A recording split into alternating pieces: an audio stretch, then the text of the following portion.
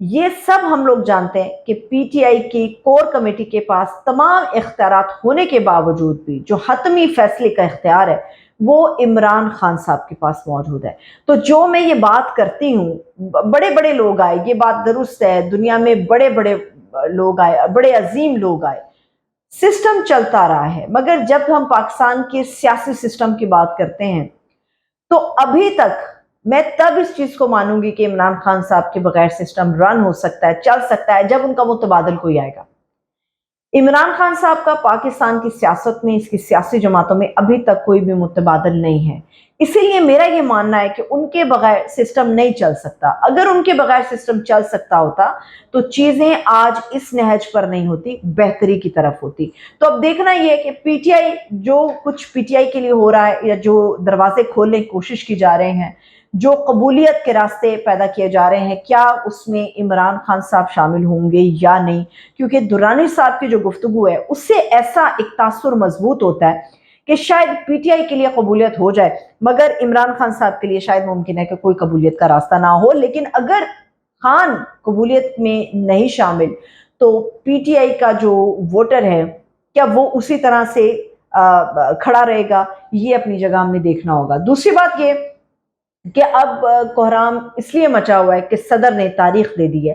پہلے تو جملے کی درستگی اور سوچ کی درستگی اور بات کرنے کی درستگی ہو جانی چاہیے، کیونکہ عارف علوی صاحب نے اس کا حکم جاری نہیں کیا۔ یاد رہے 6 نومبر کا عارف علوی صاحب کی طرف سے حکم جاری نہیں ہوا، ان کی طرف سے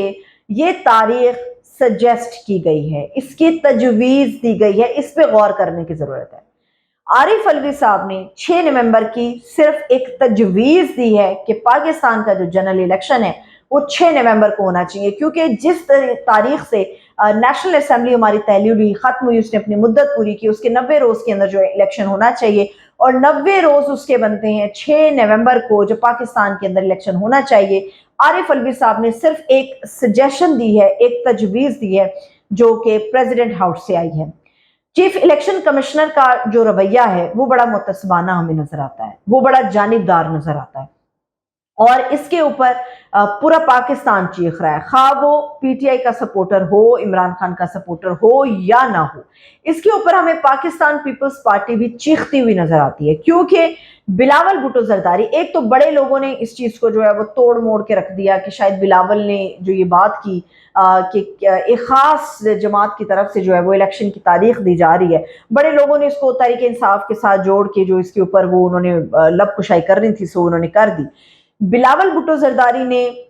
پی ٹی آئی کی بات نہیں کی کہ ایک خاص جماعت کی طرف سے الیکشن کی تاریخ دی جا رہی ہے۔ جو لوگ جھوٹا بیانیہ بنا رہے ہیں وہ اس کو جوڑ رہے ہیں عارف علوی صاحب کی 6 نومبر کی تاریخ سے، کہ شاید عارف علوی صاحب نے جو تاریخ دی ہے تو یہ انہوں نے پی ٹی آئی کے ساتھ اس کو جوڑ دیا۔ بلاول بھٹو زرداری نے جو یہ کہا ہے کہ خاص جماعت کی طرف سے الیکشن کی تاریخ دی جا رہی ہے، انہوں نے سراسر بات کی ہے مسلم لیگ نون کی، کیونکہ وہ یہ بھی آگے چل کے بات کرتے ہیں کہ اس جماعت کو، ایک خاص سیاسی جماعت کو کیسے پتا ہے کہ پاکستان کا جو الیکشن ہے وہ فروری میں ہوگا۔ تو یہ سارا صاف ظاہر کرتا ہے کہ مسلم لیگ نون بار بار فروری کے اندر یہ بات کری کہ جی الیکشن فروری میں ہوگا، الیکشن فروری تک جائے گا، الیکشن کمشنر جو ہیں یا ہمارا جو الیکشن کمیشن ہے وہ بھی یہ بات کر رہا ہے کہ جی فروری تک الیکشن جا سکتا ہے۔ تو اس کے اوپر بلاول بھٹو زرداری نے اپنے تحفظات کا اظہار کیا، اور لکھ لیجئے